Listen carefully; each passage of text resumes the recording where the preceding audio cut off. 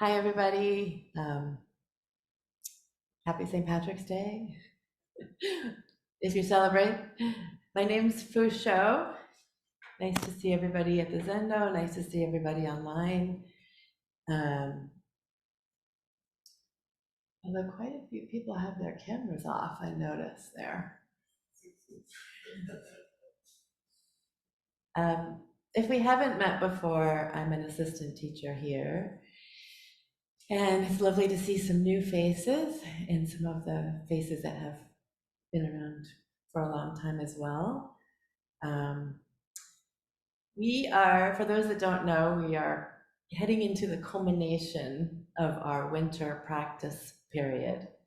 And we're finishing up about 3 months of study, intensive study. And we've been led by our practice leader over here, Shuso Jacqueline.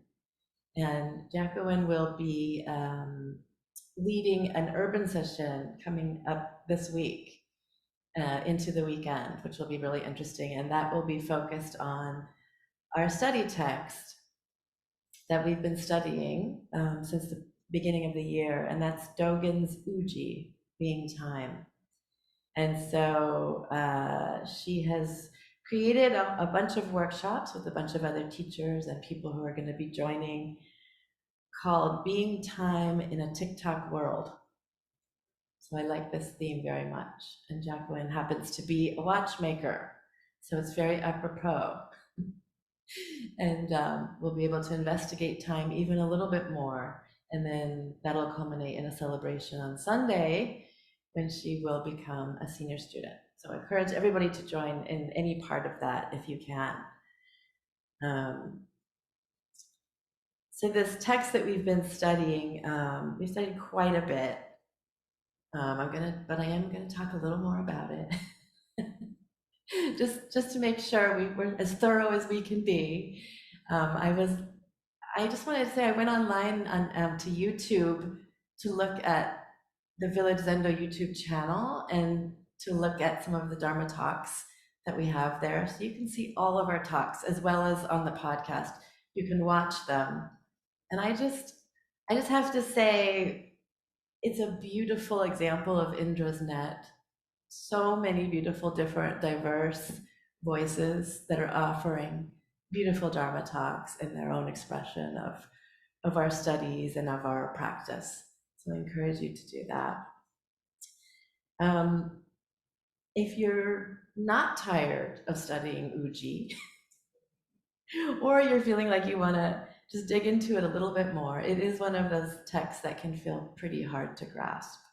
Um, so I recommend a book that I found. I don't know if someone else has recommended it or not, but I recently found one called Being Time, A Practitioner's Guide to Dogen Zenji's Sobo Gojo Uji, Sobo Genzo Uji.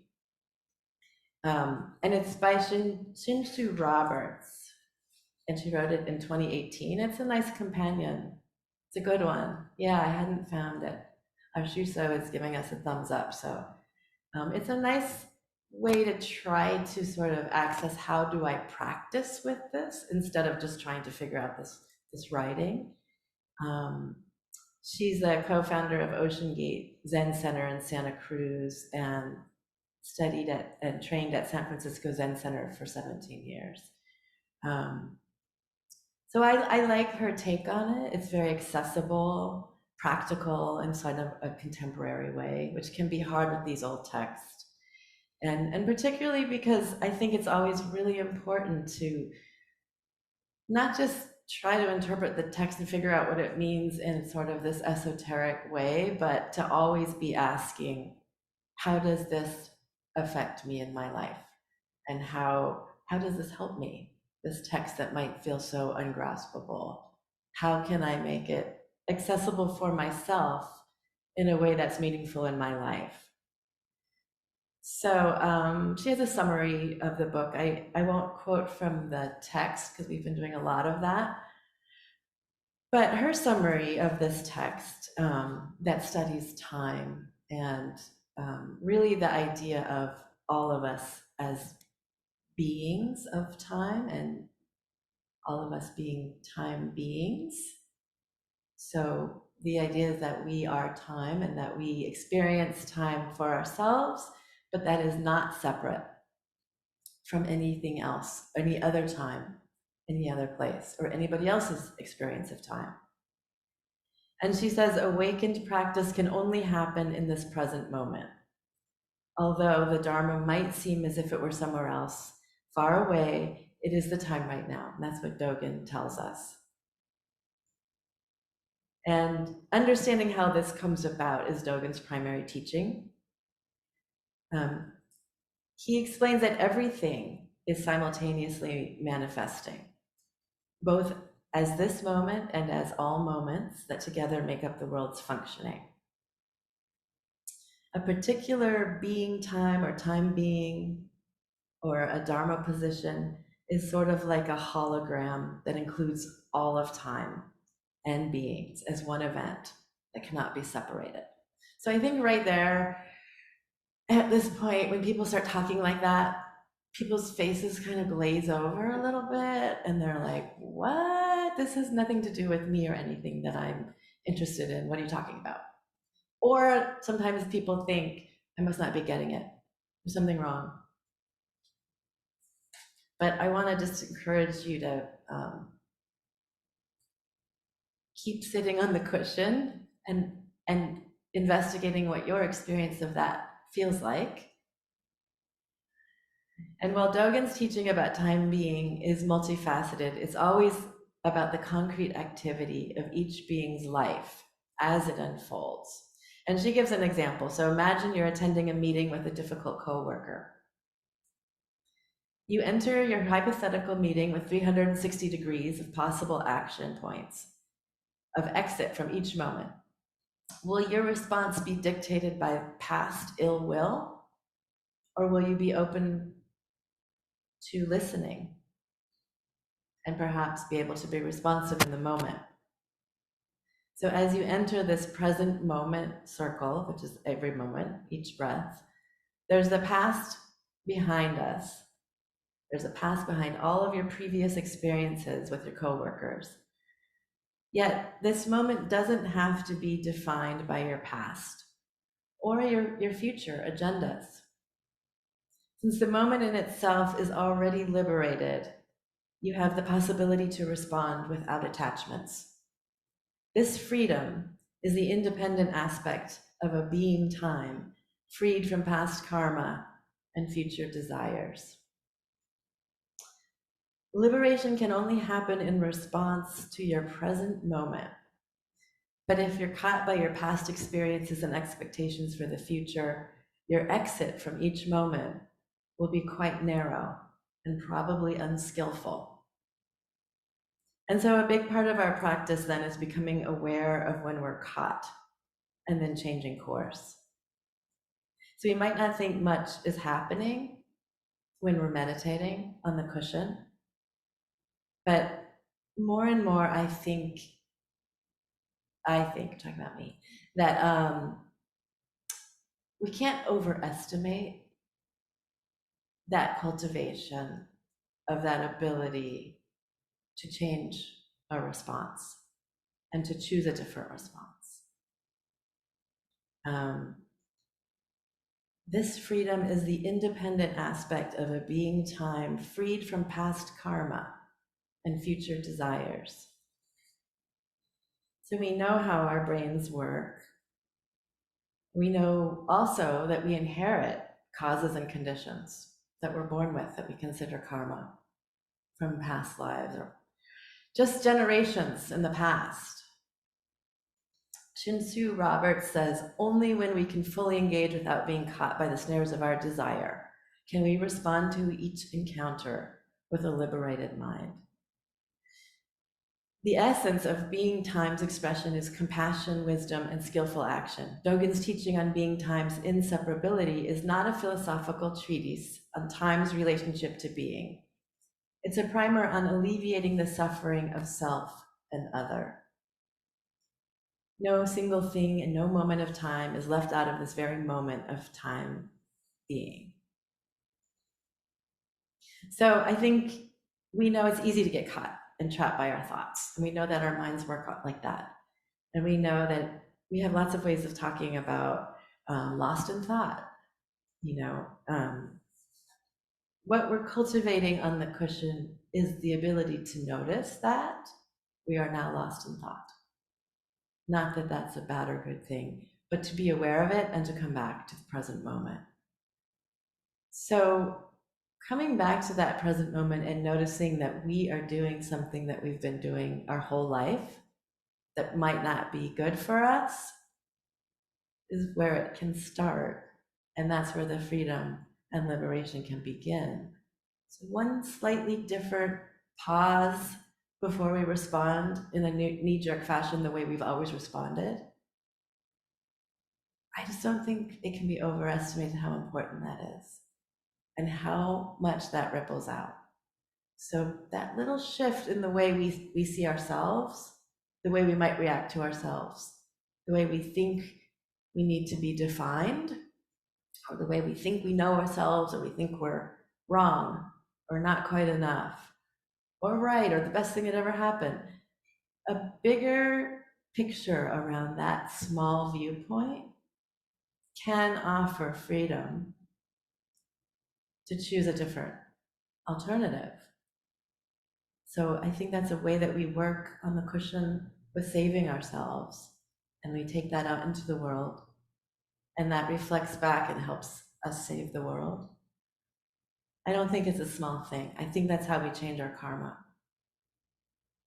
And particularly with all that's happening in the world right now, I personally felt a little bit of a frightening understanding looking around at different things raising up, but say in the context of anti-Semitism, this feeling of like, oh, this is how history repeats itself, is when we're too trapped and we're only looking at things from one point of view, and we're not able to step outside of our narrow view of time, our narrow experience of time, and include that view along with the whole universe.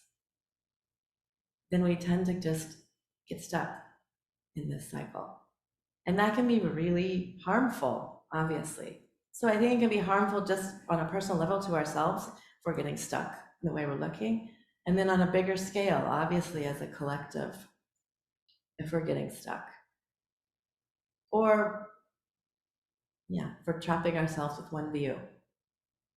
I recently saw The Zone of Interest. It's a film that won Best Foreign Film at the Oscars, made by Jonathan Glazer, and he worked on it for about 10 years.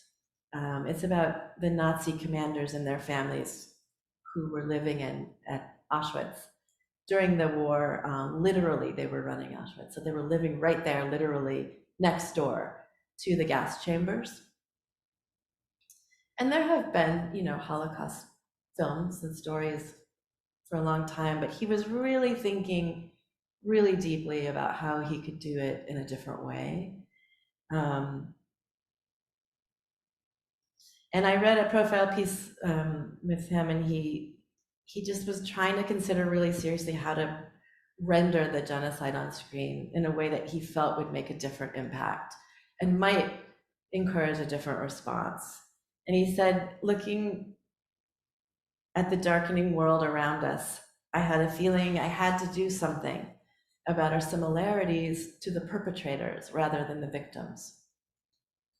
When you say there were monsters, you're also saying that could never be us, which is a very dangerous mindset. Glazer had been contemplating an uncomfortably subjective way of looking at this historical act of barbarity when he happened to read a little bit about this book. So the film is based on the book by Martin Amis called The Zone of Interest. And it tapped into two things that he'd been thinking about: perspective and complicity. So those are the things that I'm talking about, and I think Dogen is talking about when we're sitting on the cushion and we're aware of what our minds are doing. He said, the story is told from the viewpoint of a fictional Nazi commandant And I'd already decided I wanted to tell the story not of those within the camp, but those who ran it. And there was a courage in the book, and it absolutely committed to the wholehearted expression of that mindset in an extremely uncomfortable way. And he's very clear. He says, for him, this film is not a biopic. It's about making the connection between the past and the present. It's not saying, look what happened. We could never do that. It's saying, whoa, let's look at what happened and let's see how to recognize ourselves in that and what's going on right now in the world. Are we being complicit? Are we resisting? Can we make a different choice? In his Oscar, he said the feeling that he was chasing, which he was trying to figure out how to tell the story and why that was so scary for him, he said, is a movie made out of a deep sense of anger. I wasn't interested in making a museum piece. I didn't want people to have the safe distance of the past and walk away untroubled by what they see. I wanted to say, no, no, no. We should be left feeling deeply unsafe about this kind of horror that is underneath everything. Because the family who lives there is going about their life as if nothing else was happening. And it was very, ordinary. And then when he won the Oscar, in his speech, his exact words were, our film shows where dehumanization leads at its worst. It shaped all of our past and present. Right now, we stand here as men who refute their Jewishness and the Holocaust being hijacked by an occupation which has led to conflict for so many innocent people. Whether the victims of October the 7th in Israel or the ongoing attack in Gaza, all the victims, this dehumanization, how do we resist?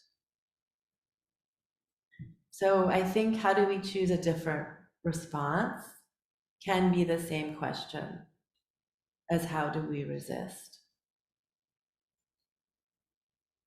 How do we change our karma? How do we make a difference and create a different, brighter future? We start by sitting on the cushion with ourselves and with our awareness that we are not separate from all time. We're not separate from the past, the present, or the future. And one little act of resistance to say no, or wait, or pause before responding can be the difference between life and death. I was telling a dear Sangha member recently a personal story about my family history. And so my mother died of pancreatic cancer very young. And at the time, she had sort of lived her life actually in fear of getting cancer. And she was very healthy. She didn't trust doctors. She was very, early stage organic food and like all of this.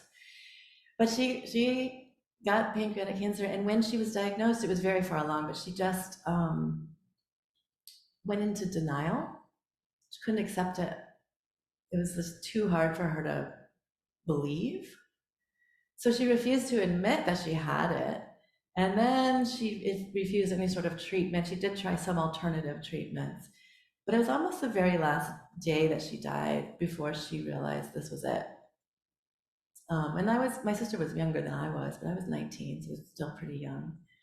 And then very strangely, about 12 years later, my father died of pancreatic cancer. And he has a different way of dealing with it, but also didn't deal with it. Sort of shut down, surrendered, gave up, and that was it. So then a few years later, a couple years ago, I was diagnosed with breast cancer. And I really credit my practice to just automatically helping support me in this instinctual knowing that I wanted to choose something different. Even though, I had all this fear around the way that they had responded, I just sat with where I was at, and I used my practice to help me stay present and turn towards it. Not easy, but also not denying and not clinging and being swallowed up so that I couldn't function. Just put one foot in front of the other. I also asked for jokes. That was my form of resistance. Um, but I felt very strongly that I wanted that sort of energy of denial and fear and surrender of just giving up on life. I didn't want to carry that on. Just an example. Um, and I think that that's what we mean by making just a little bit of a different choice. If we can just have a little more space, a little bit of a bigger perspective, a little bit of awareness that doesn't include just me and my one-sided view and my narrow perspective and my selfish, whatever, need or fear or whatever that is. I think that's where it starts, is on the cushion. I just want to encourage all of us not to underestimate that. How can we resist? Taking action is the next step. It doesn't have to mean choosing a side, doesn't have to mean following what somebody's telling you, doesn't have to mean repeating in large, all capital letters, something you heard on TikTok. I think it means allowing yourself the space to trust in the moment. You can choose something more peaceful, more productive. Someone who knew a lot about that was Dr. Martin Luther King. So I'll just leave us with a quote from his speech, Remaining Awake Through a Great Revolution. He said, "I do not wish to minimize the complexity of the problems to be faced in achieving disarmament and peace, but we shall not have the courage, the insight to deal with such matters unless we are prepared to undergo a mental and spiritual change. We must fix our visions not merely on the negative expulsion of war, but upon the positive affirmation of peace. Let us stand up. Let us be a concerned generation. Let us remain awake through a great revolution." We still have a long, long way to go, but at least we've made a creative beginning.